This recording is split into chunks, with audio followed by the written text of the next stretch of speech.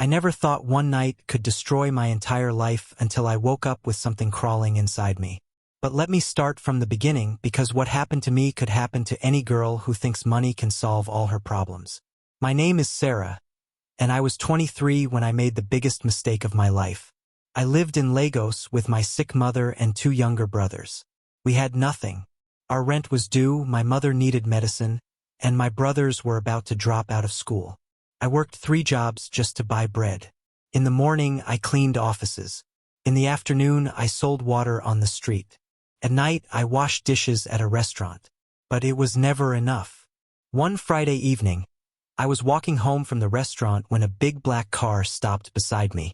The window rolled down, and I saw the most handsome man I had ever seen. He had smooth dark skin, perfect teeth, and eyes that seemed to see right through me. "Hello, beautiful," he said with a voice like honey. "What's your name?" I should have kept walking, but I was tired, hungry, and desperate. "Sarah," I whispered. "I'm David," he smiled. "David Okafor. Get in. Let me give you a ride." I knew I shouldn't get into a stranger's car, but the leather seats looked so comfortable, and my feet hurt from walking all day. "I don't know you," I said. He laughed. "Look me up. David Okafor. I own half the buildings in this city." He wasn't lying. David Okafor was one of the richest men in Nigeria. His face was on magazines. He owned banks, hotels, and oil companies. What would a man like that want with a poor girl like me? "Just dinner," he said, reading my thoughts. "Nothing more." "You look hungry." I was hungry. I hadn't eaten all day. I got in the car. The restaurant he took me to was fancier than any place I had ever seen. The waiter knew David by name. Other rich people stared at us as we walked to our table. "Order anything you want," David said. I had never seen so much food in my life. Chicken, rice, fish, vegetables, ice cream. I ate until my stomach hurt. "Tell me about yourself," David said, watching me eat. I told him about my mother's sickness, my brother's school fees, our rent problem. He listened like he really cared. "How much do you need?" he asked. "What?" "To solve all your problems." "How much money?" I almost choked on my water. I can't ask you for money. You didn't ask. I'm offering." He pulled out his phone and showed me his bank account. I had never seen so many zeros. 2 million naira would change everything, I whispered. He smiled. "Consider it done." My heart stopped. "What? 2 million naira. I'll transfer it tonight." "But why? What do you want from me?" His eyes got darker. "Just one night. With me. At my hotel." I knew what he meant. My mother always told me to save myself for marriage. But 2 million naira could save my family. I need to think. "Of course." He called the waiter and paid for dinner. "But Sarah, this offer expires tomorrow. Some chances never come again." That night I couldn't sleep. I looked at my mother coughing in the next room. I looked at my brother's torn school uniforms. I looked at the rent notice on our door. One night, just one night, then my family would be safe forever. The next morning I called David. "I'll do it," I said. "Perfect. Come to Golden Palace Hotel tonight at 8 p.m. Room 2024. Will you really transfer the money?" "The moment you walk through my door." That evening, I put on my best dress and went to the hotel. Golden Palace was the most expensive hotel in Lagos. The lobby was full of marble and gold. I took the elevator to the 20th floor. My hands were shaking as I knocked on room 2024. David opened the door wearing a silk robe. Behind him, I could see champagne, roses, and a bed bigger than my entire room at home. "You came," he smiled. "The money first," I said. He showed me his phone as he transferred 2 million naira to my account. My phone beeped with the bank alert. My family was saved. "Now," he said, "let's have some fun." The champagne tasted strange, but I drank it anyway. The room started spinning. I felt dizzy and sleepy. "Are you okay?" David asked, but his voice sounded far away. "I feel weird," I mumbled. "That's normal. Just relax." The last thing I remember was David's face above me. but his kind eyes had turned cold and evil. When I woke up, it was morning. David was gone. My body hurt everywhere. There was blood on the sheets. I got dressed quickly and left the hotel. I felt dirty and ashamed, but at least my family was safe. For the first week, everything seemed fine. I paid our rent, bought my mother's medicine, and paid my brother's school fees. My family was so happy. But then, something started to go wrong. First, it was just a little pain, like someone was pinching me down there. I thought it would go away. Then came the smell. Started small, like something was rotting inside me. I washed myself 10 times a day, but the smell got worse. My mother noticed. "Sarah, are you sick?" she asked. "I'm fine, Mama." But I wasn't fine. The pain was getting worse. And the smell. God, the smell was so bad that people on the bus moved away from me. 2 weeks after that night with David, I was washing myself in the bathroom when I saw something that made me scream. Something small and white was crawling out of me. A maggot. I screamed so loud that my mother came running. "Sarah, what's wrong?" Couldn't tell her. I couldn't tell anyone. But more maggots came. Every day, more and more. They were eating me from the inside. I went to a small clinic in our area. The doctor was an old man who had seen everything. "This is not normal," he said after examining me. "You have a very serious infection. Something I've never seen before. Can you cure it?" He shook his head. "You need to go to a big hospital. This is beyond what I can treat." But big hospitals cost money. Money I had already spent on my family. The maggots got worse. The smell got so bad that I couldn't leave the house. My mother kept asking questions, but I couldn't tell her the truth. One day I decided to call David. Maybe he could help. Maybe he didn't know this would happen. His phone was switched off. I went to his office building. The security guard laughed when I asked for him. "David Okafor? He traveled to America last month. Won't be back for a year." My heart sank. I tried to find him online, but all his social media accounts were gone. It was like he had disappeared from the earth. Days passed. The maggots multiplied. I was dying slowly, and nobody could help me. Then my neighbor Mrs. Rose came to visit my mother. She was an old woman who knew about traditional medicine. She smelled the air when she entered our house. "There's dark magic here," she whispered to my mother. "What do you mean?" my mother asked. "Someone in this house has been cursed." They both looked at me. Mrs. Rose came closer to me. She looked into my eyes and gasped. "Child, what did you do?" I broke down crying. I told them everything. About David, the money, that night, and the maggots. My mother cried. Mrs. Rose just nodded. "I've heard of this before," she said. "There's a man who preys on poor girls. He's not just rich. He's a devil worshipper." "What?" I whispered. "The maggots are not from a disease. They're from a curse. He sacrificed your purity to get his wealth. Can it be cured?" Mrs. Rose was quiet for a long time. "There's only one way, but it's dangerous." "What is the dangerous way Mrs. Rose is talking about? And is David really a devil worshipper?" The answers will shock you. But before I tell you what Mrs. Rose said, let me explain how David's evil plan almost killed me completely. The maggots were not just eating my flesh. They were eating my soul. Every day I felt weaker. My skin turned pale. My hair started falling out. I looked like a walking corpse. But the worst part was the shame. I had sold my body for money, and now I was paying a price I never imagined. Mrs. Rose told us that David was part of a secret cult. Rich men who got their wealth by destroying innocent girls. "Every girl he sleeps with gets cursed," she explained. "The maggots will eat you from inside until you die. Then your life force feeds his wealth." "How many girls has he killed?" I asked. "Many. You're just the latest."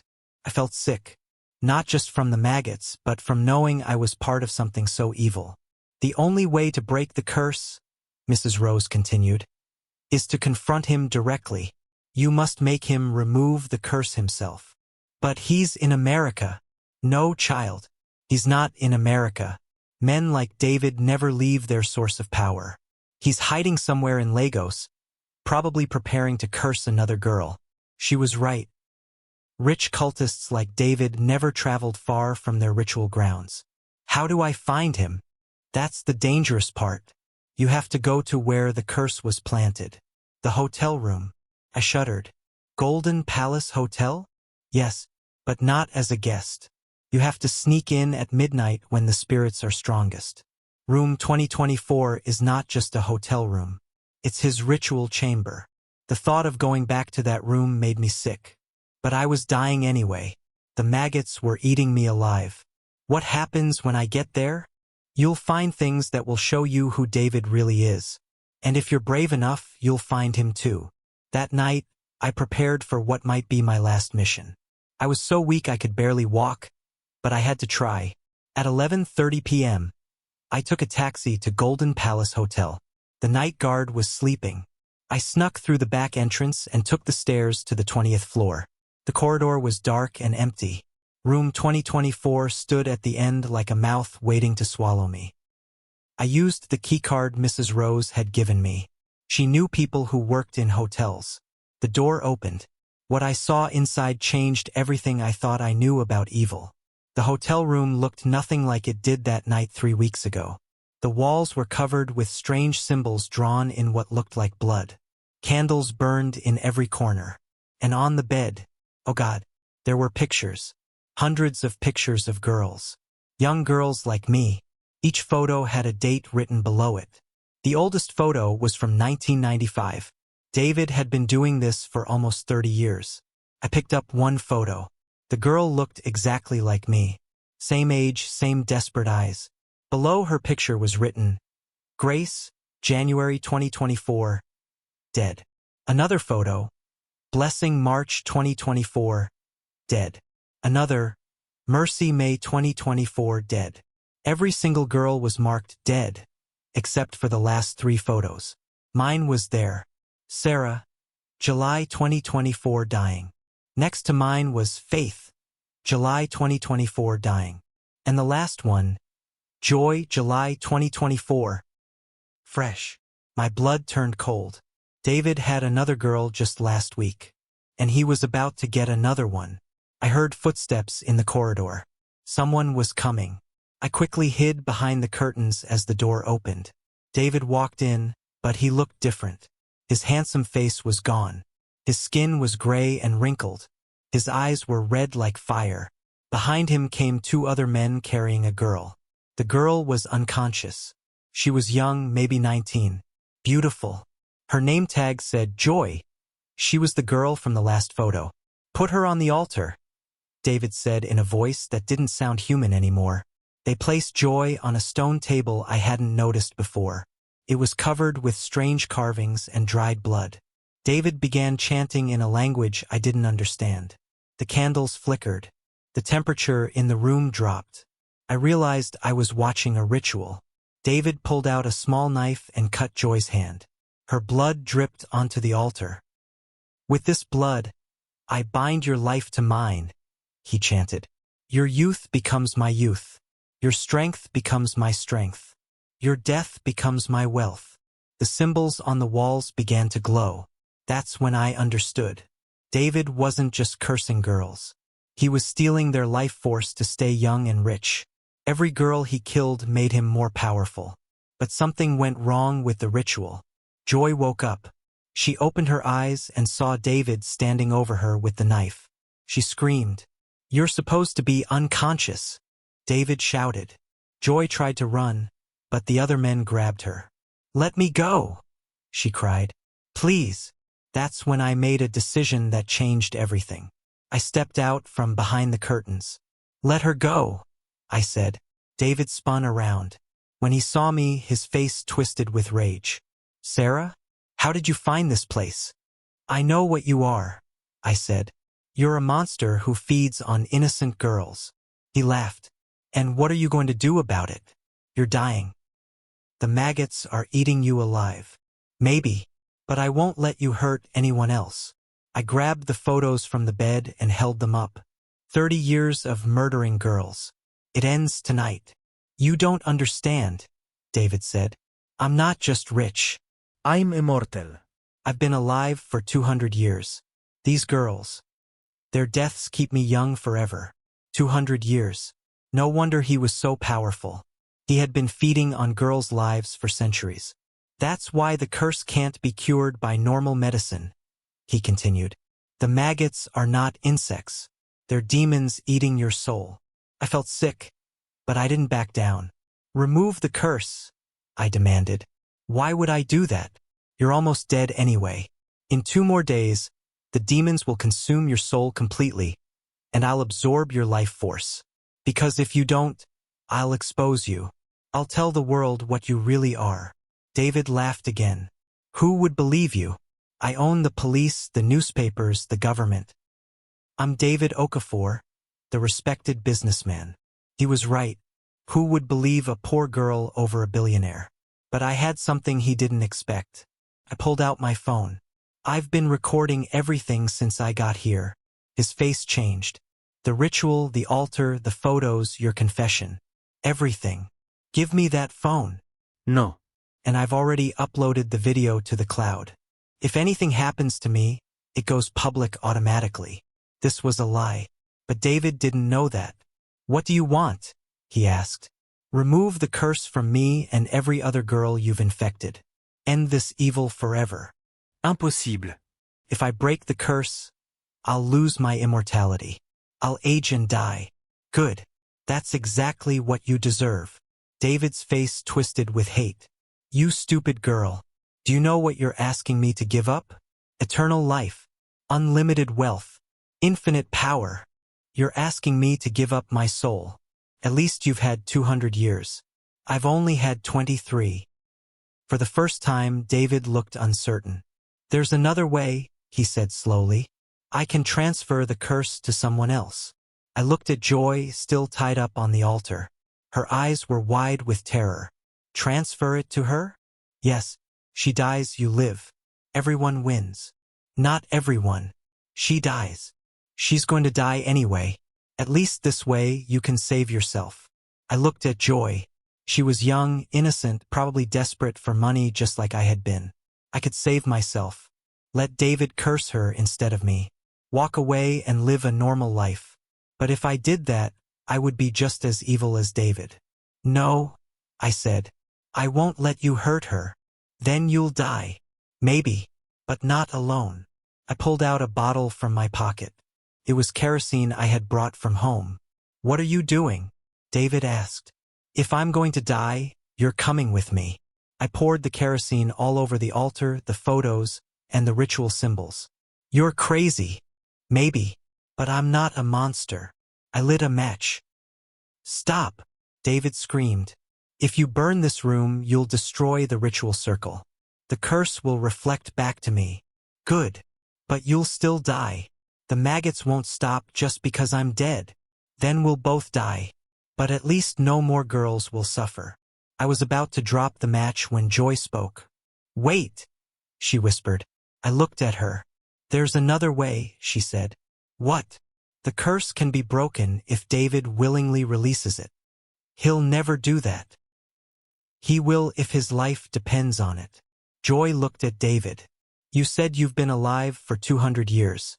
That means you've forgotten what it feels like to be mortal. To be afraid. She was right. David had been immortal for so long, he had forgotten how to fear death. What if we show him?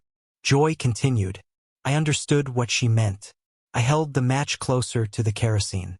You have 10 seconds to remove the curse, I told David. I won't. 9. You're bluffing. 8. Sarah, don't do this. 7. The curse is too powerful to break. 6. It would take days of ritual to undo. 5. I don't have the right ingredients. 4. Please. 3. Wait. 2. I'll do it. I'll remove the curse. 1. I said I'll do it. I held the match steady. Remove it now. David's hands were shaking as he began chanting in reverse. The symbols on the walls started to fade. I felt something moving inside me. The maggots were squirming, trying to hold on. But David's chanting got louder. The candles went out one by one. Suddenly, I felt a rush of warmth through my body. The pain disappeared. The smell vanished. The curse was broken. But something else was happening to David. His young appearance was melting away. His skin wrinkled. His hair turned white. His back bent with age. "What's happening to me?" he gasped. "You're becoming mortal again," Joy said. "The curse is returning to its source." David was aging rapidly. 200 years of borrowed time was catching up with him. "No!" he screamed. "I can't die." I'm immortal. But he was already an old man, and getting older by the second. "Please," he begged, "don't let me die." I looked at him, this monster who had killed so many innocent girls.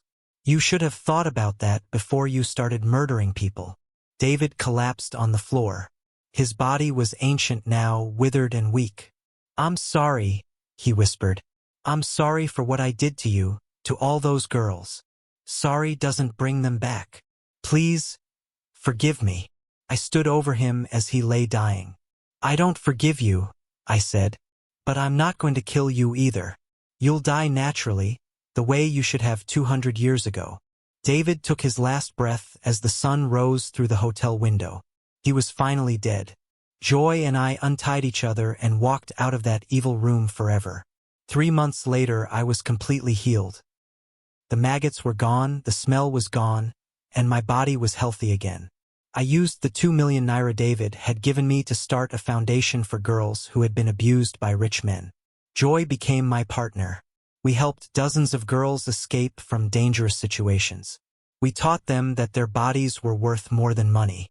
We showed them that they deserved respect, not exploitation.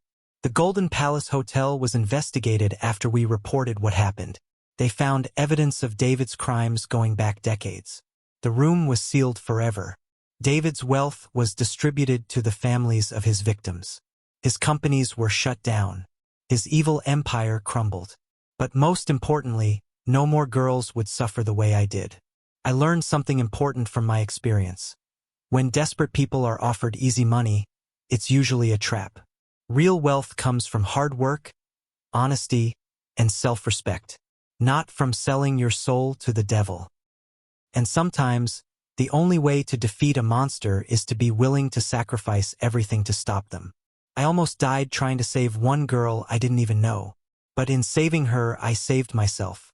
And that's a trade I would make again, every single time. The maggots are gone. The curse is broken.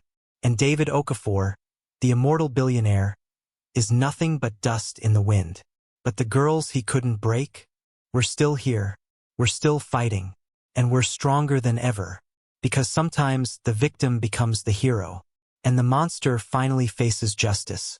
Type part 2 on the comments section.